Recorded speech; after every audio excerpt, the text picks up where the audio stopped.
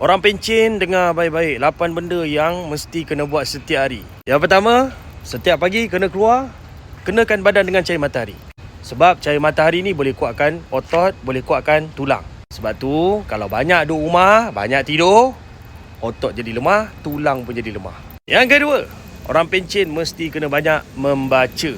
Tak kira lah baca Al-Quran ke, baca buku ke, yang penting membaca. Sebab kalau membaca ni sangat bagus untuk jaga kita punya ingatan.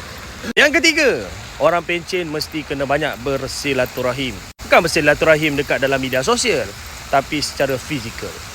Orang lelaki pergi masjid, pergi ngeteh. Orang perempuan pergi membawang.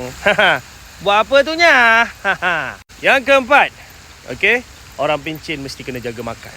Nak makan apa-apa, makanlah. Tapi kena berpada-pada. Bila dah kenyang, berhenti.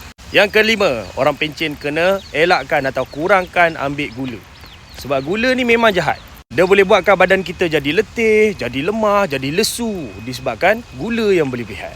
Yang keenam, orang pencen mesti kena aktif. Setiap hari jalan, jogging, main basikal, pergi zumba, ataupun berkebun pun boleh, pergi berkemping pun boleh. Banyakkan aktiviti yang sekurang-kurangnya peluh boleh keluar.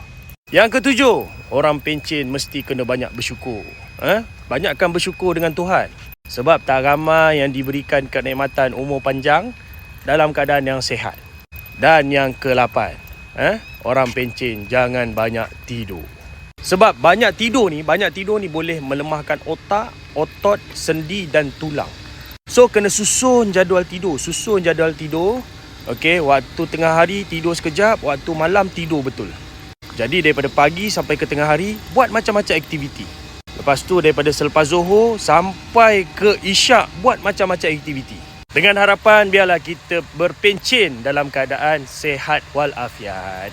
Aktif, bertenaga, kan? Boleh main dengan cucu, boleh lari dengan cucu. Ada rezeki, boleh lari-lari dengan cicit. Kan seronok tu? Jadi saya doakan orang-orang pencen yang tengok video saya ni, semoga diberikan kesihatan yang baik.